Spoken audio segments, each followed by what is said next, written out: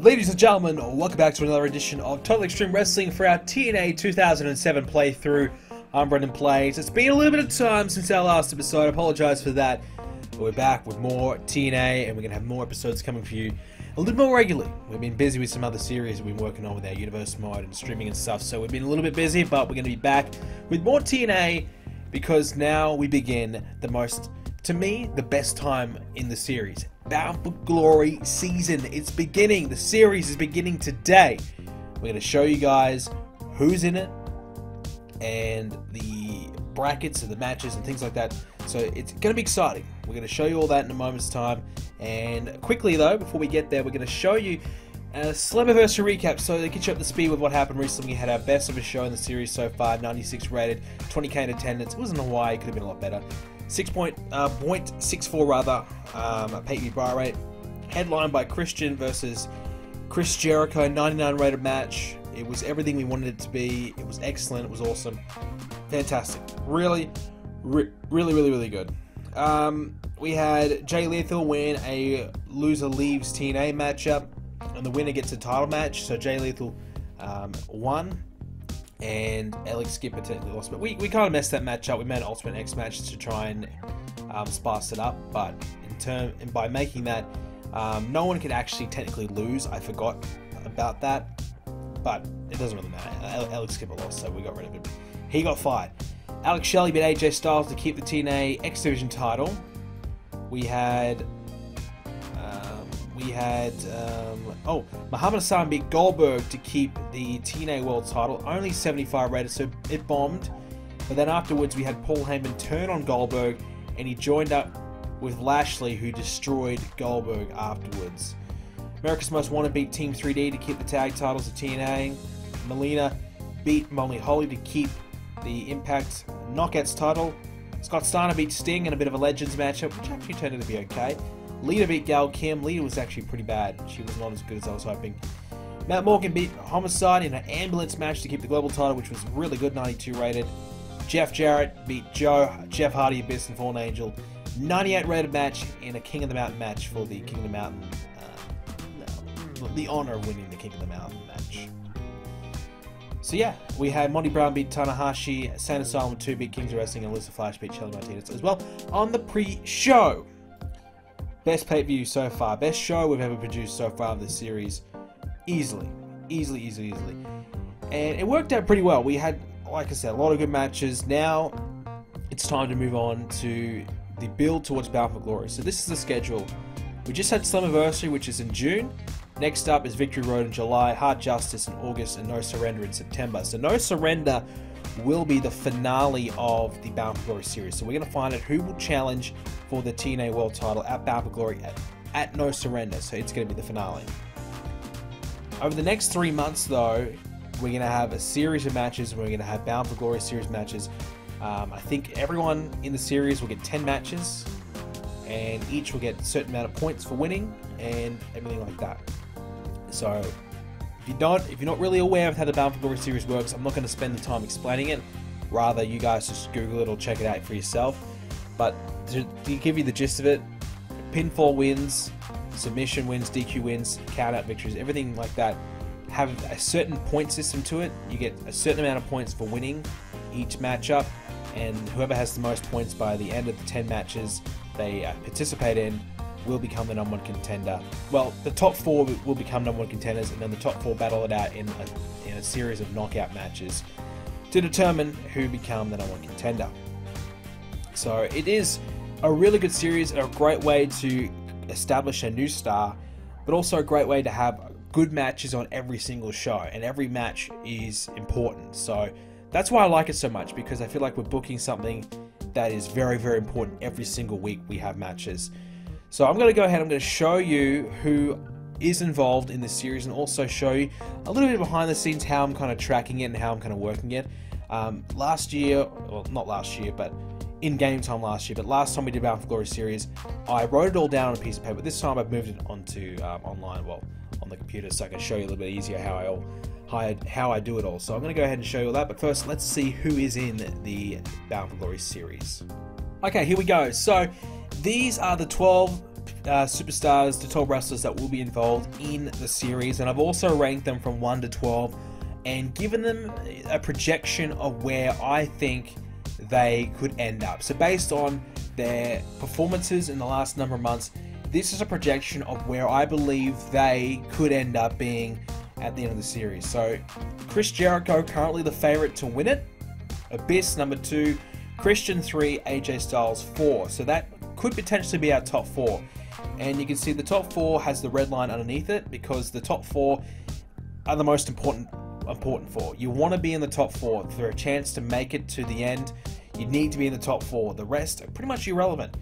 Jeff Hardy number 5, Steiner 6, Matt Morgan 7. Samoa Joe actually placed quite low, number 8, and that's probably because he's had a lot of losses as of late. Matt Morgan being global champion rates him above, and Scott Steiner recently beating Sting also helps him out, and Jeff Hardy being involved in the world title mix helps him out. A-Train's had some wins as of late but hasn't done a lot, so he's down at 9. Rhino 10. Nakamura, he's snuck into the tournament at 11, and Ron Killins at 12. Now the last couple names, Nakamura, Killins, Rhino, was kind of umming and ahhing who I was going to put in there for them. I probably would have hoped to have someone else. I was hoping we could do something else. You'll notice Fallen Angel, he didn't make the tournament because we're going to put him in the tag division instead. And perhaps he might win the tag team championships. Not sure yet, but it's possible. Jeff Jarrett is going to be competing against... he'll be competing against Mohammad Ahsan for the championship. Lashley, we didn't put in the tournament because I felt as though he didn't deserve to be in it because he hasn't had a match for forever.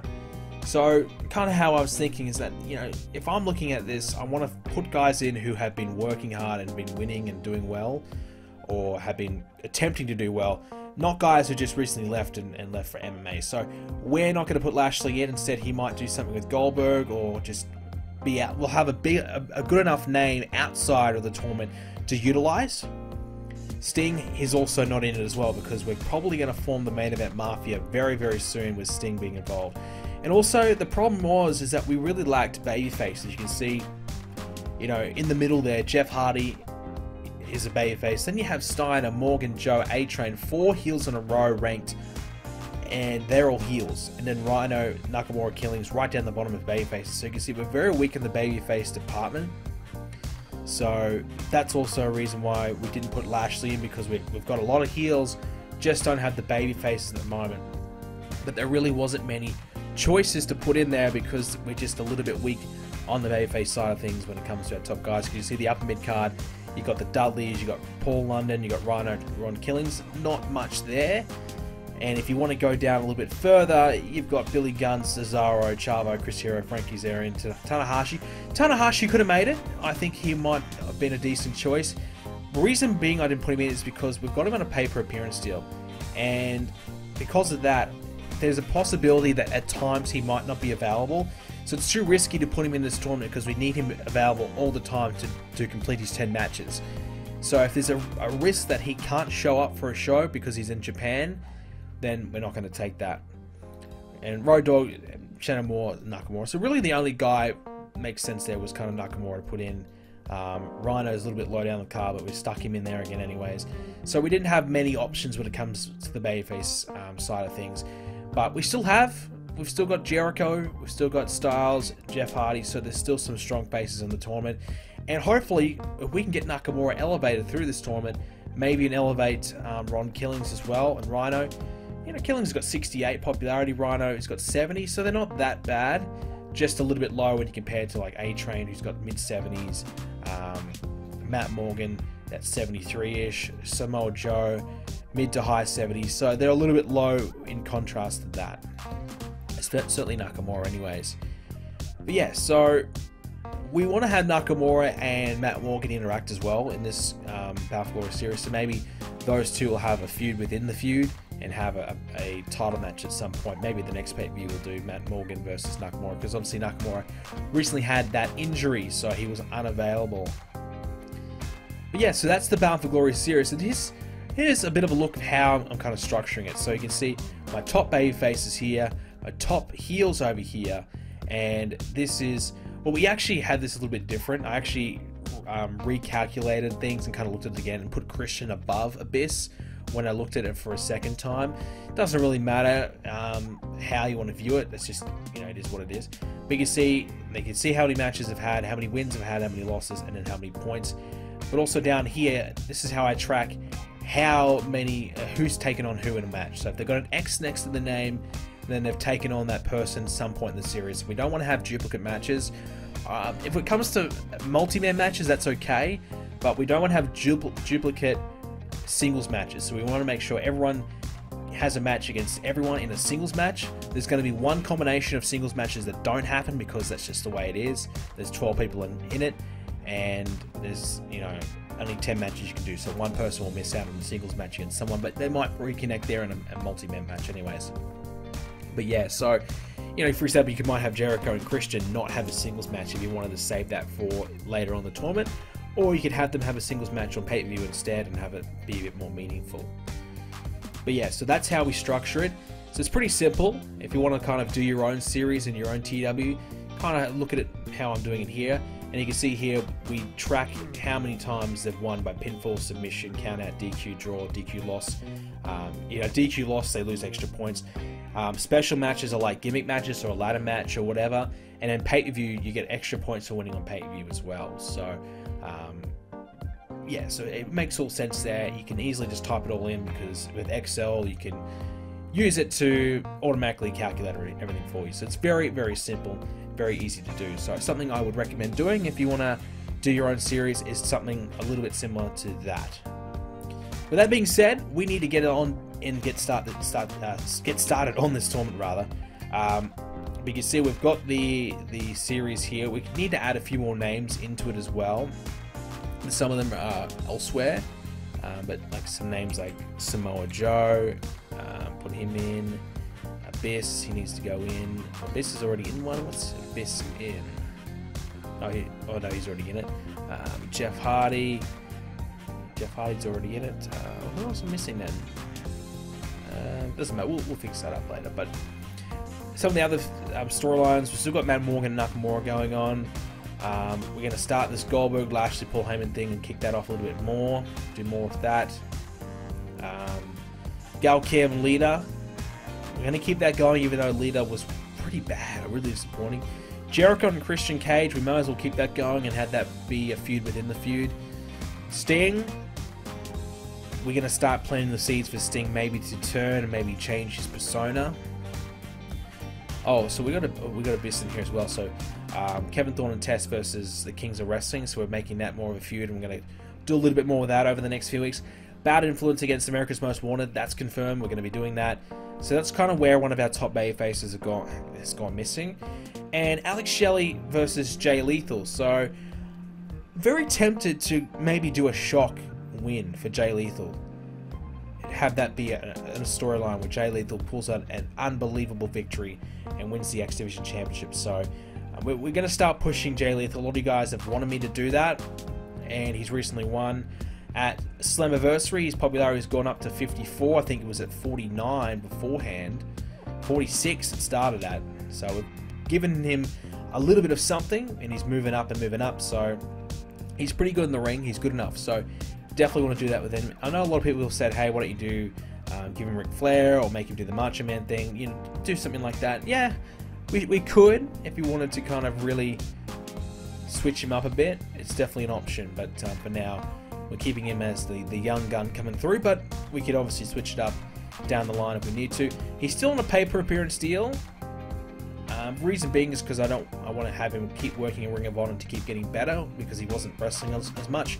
But if we start to really push him and maybe even give him the belt, we might lock him into a long-term deal.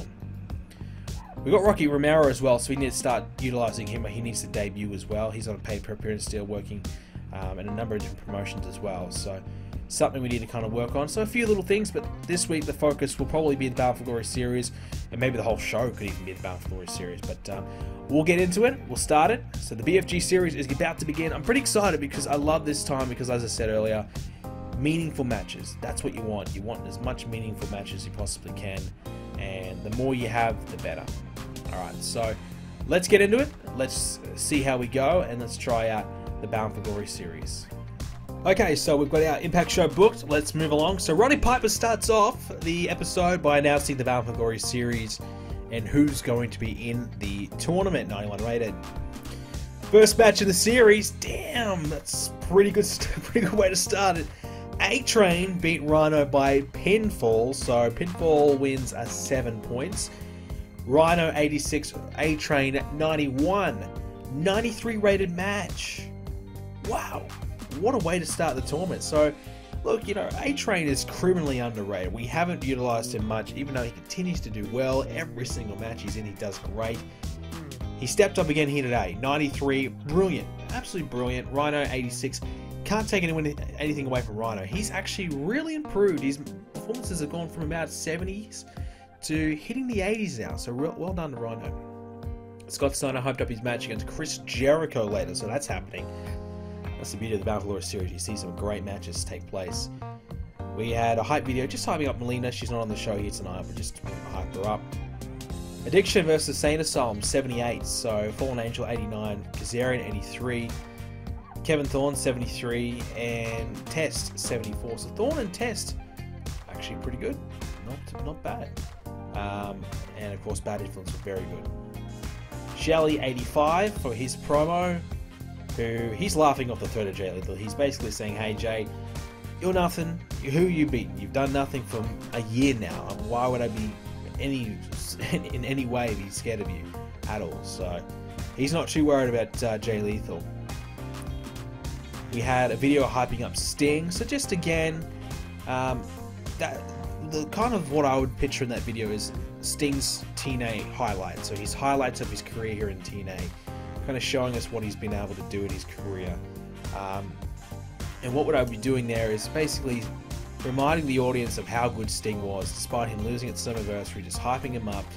But then he's going to come back, and he's going to come back without the face paint on and be this different character, even though we're starting to expect that he's going to come back better than ever. He's going to come back with a entirely different persona, and as a heel. Lita vs Sarita. Lita 61, Sarita 64. Wow, Lita's really bad. Lita is actually really bad. She was getting tired towards the end. 12-minute match. Wow. What happened to Lita? She's awful. She's got 73 pop. And to get 61 in-ring performance, that's really, really bad. Wow. I can see why WWE let her go, because she sucks. She is terrible. Another Bound for Glory series match. Samoa Joe versus Ron Killins. Another killer of a match, no pun intended. Samoa Joe 89, Killins 84. Joe won by submission, which is 10 points. So Joe gets a great start. It's the best way you want to start a series up is with a submission victory. 10 points, boom, you're on the board and you've got yourself high up on the rankings after the first round already. Great start for Joe. Killings though, that's a good in-ring performance for both. Had a great match up there, 91. So great start to the tournament. Christian hyping up his match against Jericho. So basically saying, hey, I want another match against Jericho. He beat me at Slammiversary, but if I get another chance at him, I will beat him again. Main event. Wow, again, another great match. Scott Steiner versus Chris Jericho, 95. Jericho, 96. Steiner was still good at 79. It was a brawl-rated match, and Steiner was getting tired, but he still produced a good performance. 95 rated match. What a night for the Bound for Glory series. Afterwards, Christian came out and attacked Chris Jericho, even put him through a table. So Christian won't let this go. He can't believe that Jericho beat him, so he's not letting this go at all. 94 rated match. 94. That is the beauty of the Bound for Glory series. Oh, okay, so we've got another show here. One that I must have scheduled this badly. So, a one night only event in Japan, which actually is going to be we've got that wrong. You've already held one show tonight. You can no longer cancel the show. It's in the wrong region. Wow. Wow, okay, so we've really messed up. I don't know why that is happening on this day, but nonetheless, I guess we better do it. We gotta do it. I guess it could just be a house show. So, house show.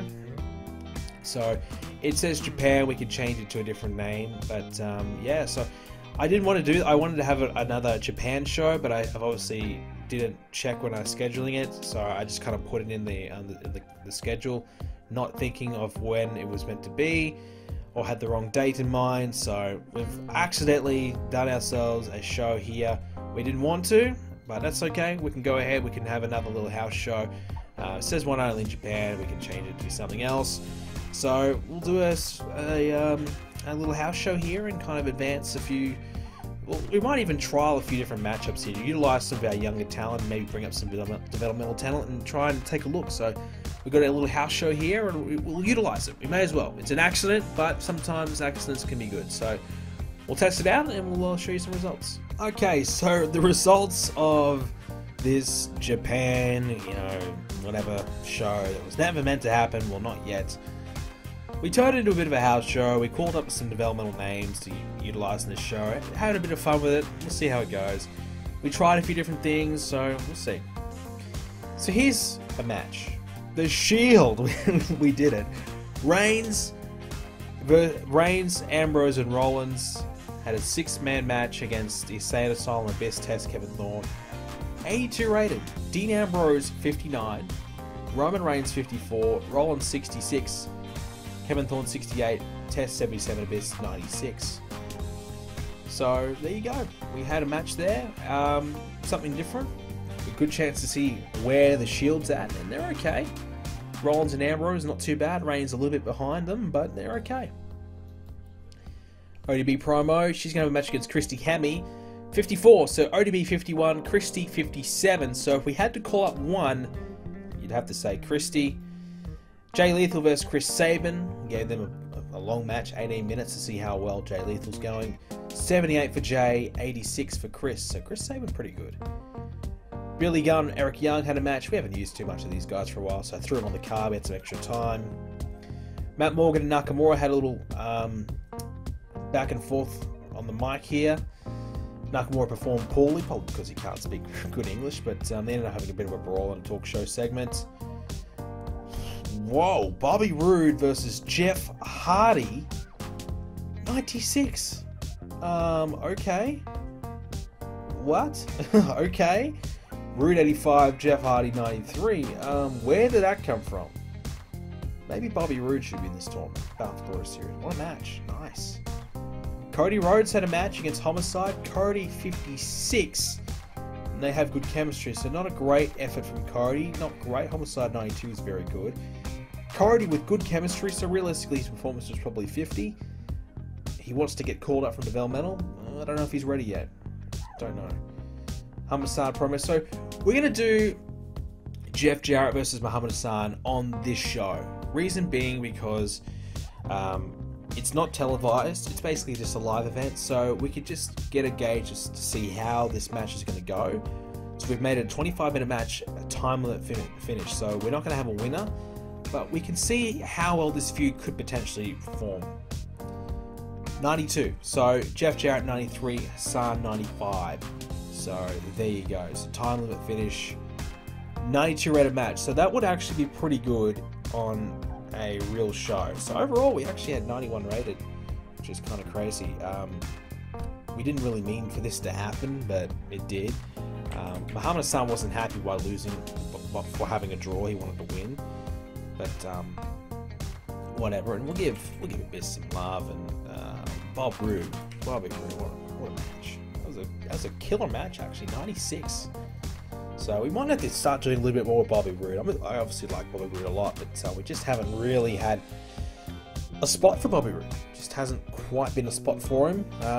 There's just been too many heels ahead of him, but if he keeps performing like that, you never know. So an accident, but it turned out to be a bit of fun anyways. But oh shit, okay, Batista's contract is expiring. Now, getting Batista is not that realistic, let's be honest. And there's a few people who do not like him. They're offering him 47 grand for 2 years. What we might do is we might just make him pay a little bit more for it. We'll match it, and we'll make him pay for it. I'm not going to sign him. Even if we get the chance, I'll withdraw it. I won't sign him, but I just want to put the pressure on him. We don't need Batista. I'm the biggest Batista fan in the world, but we don't need him. We don't really want him. I don't like buying my stars. I know I've done it, but I don't like doing it too often. We just got Jericho, we've got Goldberg. We don't need to do it. I'd rather right now focus on establishing a few of my own guys as that.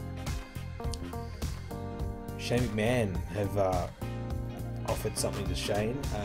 WWE have offered something to Shane. I think we offered him a little lowball deal just to see. Matt Hardy, are we getting him or what? We need to fight WWE again for him. So your offer is the only one he's currently considering. So we should be getting Matt Hardy. He should be signing with us, which is... I just want to double check that, make sure he is. Your offer is the only... Yeah, okay. So he's going to be joining us at this rate. Very, very good. After last night's show, One Night Only Japan has had a rise in importance. It's now rated as an above average event. Huh. Okay, well that's handy for the future. What kind of attendance did it get? I mean, it was bundled in with Impact. So it got 37,000 in attendance because we had a live event. Wow, okay, that's interesting. Complete accident. We didn't really... We wanted it to actually be in Japan, and we might redo that show and have it actually be in Japan. My bad on that one. I think I must have set it to do it after Summerversary, but I forgot to change the date when I set it, so I can see what went wrong here. So I'll make it Saturday, and I'll make it...